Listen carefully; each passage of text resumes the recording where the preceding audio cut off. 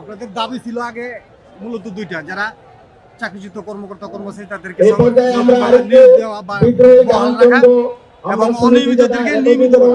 কিন্তু এর মধ্যে আমরা দেখলাম নতুন দাবি আনছেন চেয়ারম্যানের অপসারণ।